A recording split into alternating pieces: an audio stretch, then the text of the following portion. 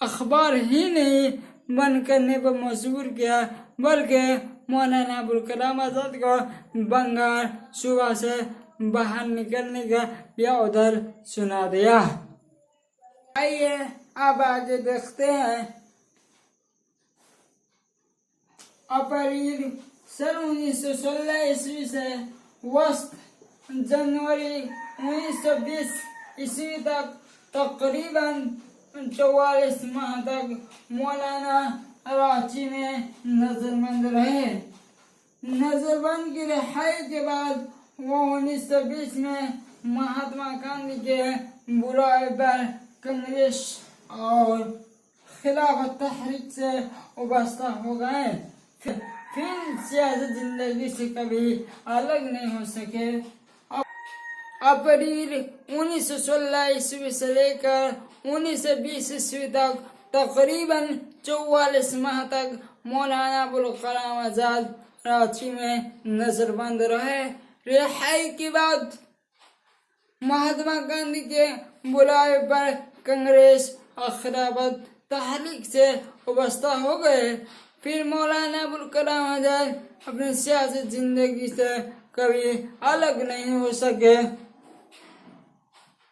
محض 35 سال کی عمر میں 1923 عیسوی میں مولانا صاحب کو کانگریسی صدر منتخب کر لیا گیا، چن لیا گیا، یعنی محض بہت ہی کم عمر میں، محض 35 سال کی عمر میں مولانا ابوالکلام آزاد کو 1923 عیسوی میں انڈین یونین نیشنل کانگریس کی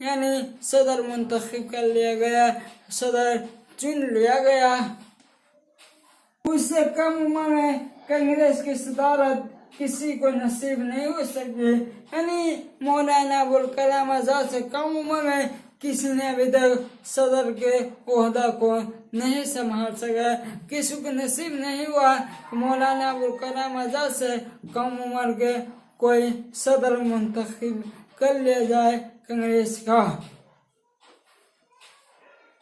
اسی طرح 1940 سے لے کر 1946 تک لگاتار 6 برسوں تک کانگریس کے صدر رہے۔ اتنے دنوں تک کانگریس کی صدارت کسی کے ہاتھ میں نہیں رہی ہے، یعنی اسی طرح 1940 سے لے کر 1946 عیسوی تک تقریباً 6 سال تک مولانا ابوالکلام آزاد کانگریس کے صدارت کرتے رہے۔ اتنے دنوں تک کسی نے بھی کانگریس کی صدارت نہیں کر سکی ہے۔ مولانا آزاد ہندوستان کے پہلا وزیر تعلیم بنائے گئے اور اپنی وفات 22 فروری 1958 تک اسی عہدہ پر رہے۔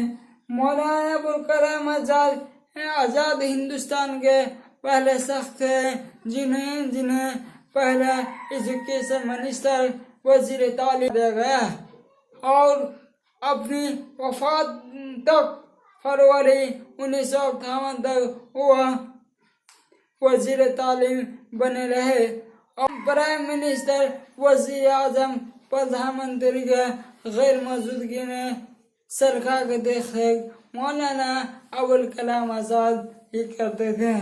آئیے دیکھتے ہیں۔ مولانا آزاد صرف سیاستداں یا خطیب نہیں تھے، انہوں نے متعدد تصانیف کی یادگاریں چھوڑی ہیں۔ تذکرہ خود نشست، ترجمان القرآن 3 جلدوں میں شائع ہوا، انڈیا مینس فریڈم اور غبار خطیر جیسے تصانیف لکھے ہیں۔ مولانا ابوالکلام آزاد صرف سیاستدان یا خطیب نہیں تھے، انہوں نے تصانیف کے میدان میں بھی اپنا جھنڈا لہرا دیا ہے، اپنا جھنڈا کو پھہرا دیا ہے۔ انہوں نے مولانا ابوالکلام آزاد نے کئی تصانیف لکھے ہیں، جیسے تذکرہ خود نشست، ترجمان القرآن، انڈیا مینس فریڈم، جو آزادی کے اوپر لکھی گئی تھی. انڈیا ونس فریڈم جو بھارت کی آزادی کے اوپر لکھی گئی تھی کہ 1947 میں کیا حالات مسلمانوں کے ساتھ ہوا ہے اس کتاب کے اندر انہوں نے انڈیا ونس فریڈم میں لکھا ہے. اور غبار خاطر جیسے خطوط کا مجموعہ لکھے ہیں. ہمارے نصاب میں ہمارے سلیبس میں جو شامل ہے غبار خاطر مولانا آزاد ہند کی تصنیف ہے. یہ خطوط کا مجموعہ ہے. یہ قلعہ احمد نگر ضلع میں لکھا گیا تھا. جو ہمارے نصاب میں غبار خاطر جو تین خطوط کا مجموعہ ہے یہ بھی مولانا ابوالکلام آزاد ہند کی تصنیف ہے جو اگست 1942 میں قلعہ احمد نگر کے ضلع میں لکھا گیا تھا. اب آئیے آگے جانتے ہیں کہ خط کسے کہتے ہیں اور خط کی شروعات کیسے ہوئی. خط خیریت کی تفصیل اور تبادلہ خیالات کا ذریعہ ہے. یہ اسے نہیں لکھا جاتا ہے جو حاضر نہیں ہے. اسے لکھا جاتا ہے جو حاضر نہیں ہے. انسان اپنی ضرورت کے حساب سے چاہے ذاتی ہو یا قومی خط لکھا جاتا ہے. خط خیریت کے تبادلہ خیالات کے لیے لکھا جاتا ہے. خط اسے لکھا جاتا ہے جو حاصل نہیں ہو، جو ابھی موجود نہیں ہو، اسے خط لکھا جاتا ہے. خط کی شروعات جب سے انسانوں کا آبادکاریاں شروع ہوئی ہے، انسان پڑھنا لکھنا جان چکا ہے، اس وقت سے خط کا سلسلہ برقرار جاری ہے. شہزاد سوری نے 16ویں شتابدی میں ڈاک ویوستھا کا بنیاد ڈالی تھی. ڈاک ویوستھا ڈاک کا انتظام کروایا تھا. آئیے ہم آگے دیکھتے ہیں. 1886 عیسوی کے بعد 1886 عیسوی کے بعد غالب نے اپنے احباب کو اردو میں خط لکھنا شروع کر دیا.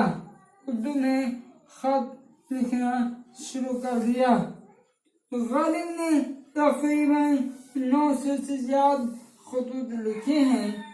1846 عیسوی میں غالب نے اپنے احباب اپنے دوستوں کو خط لکھنا اردو میں شروع کر دیا. جو تقریباً 900 سے زیادہ خط انہوں نے 2 دہائی میں اپنی زندگی میں لکھی ہے. اب آئیے اگلا سلائڈنگ میں دیکھتے ہیں. مختصر ترین سوالات اور جوابات کو دیکھتے ہیں. پہلے سوال ہے غبار خاطر کس زمانے کی تصنیف ہے، کس دور میں یہ تصنیف لکھی گئی تھی. جواب: غبار خاطر بھارت چھوڑو کے زمانے میں لگ بھگ 1942 میں خطوط لکھی گئی تھی. غبار خاطر میں سوال نمبر 2، غبار خاطر میں خطوط کے کتنے مجموعہ ہیں، کتنے خطوط ہے. غبار خاطر میں کتنے خطوط ہے. جواب: غبار خاطر میں 3 خطوط ہیں. غبار خاطر میں 3 خطوط لکھے ہیں. سوال ہے صدیق مکرم کون ہے. جواب: صدیق مکرم مولانا آزاد کے بہت پرانے دوست ہیں. سوال: غبار خاطر خطوط کس ضلع میں لکھی گئی تھی. جواب: قلعہ احمد نگر کے ضلع میں لکھی گئی تھی. سوال: مولانا آزاد کے 3 کتابوں کا نام لکھے۔ جواب: انڈیا مینز فریڈم، غبار خاطر، تذکرہ اور ترجمان قرآن ہے۔ اب اگلا سوال ہے: مولانا آزاد کس ملک میں پیدا ہوئے؟ جواب: مولانا آزاد مکہ المکرمہ میں پیدا ہوئے۔ اب آئیے اگلا سلائڈنگ میں دیکھتے ہیں۔ یہ 7واں سوالات دیکھتے ہیں۔ سوال: مولانا آزاد کے سال وفات کیا ہے؟ یعنی سوال پوچھ رہا ہے کہ مولانا آزاد کی وفات کب ہوئی؟ جواب: 22 فروری سن 1958 میں۔ سوال نمبر 8: مولانا آزاد پہلی بار کس عمر میں کانگریس کے صدر ہوئے؟ جواب: 1923 عیسوی میں 35 سال کی عمر میں صدر منتخب ہوئے۔ سوال نمبر 9: مولانا آزاد کے 3 اخبارات کے نام لکھے۔ جواب: پہلا ہے لسان الصدق، دوسرا ہے الہلال اور تیسرا ہے البلاغ۔ سوال نمبر 10: مولانا آزاد کون سی چائے پیتے تھے؟ جواب: مولانا آزاد چینی چائے پیتے تھے۔ اگر آپ کو یہ ویڈیو پسند آئے تو ہمارے چینل سرتاج اکیڈمی کو ضرور سبسکرائب کیجیے گا۔ اب ہم اگلے ویڈیو ملتے ہیں، ہم مجھے اجازت دیجیے۔ السلام علیکم ورحمۃ اللہ وبرکاتہ۔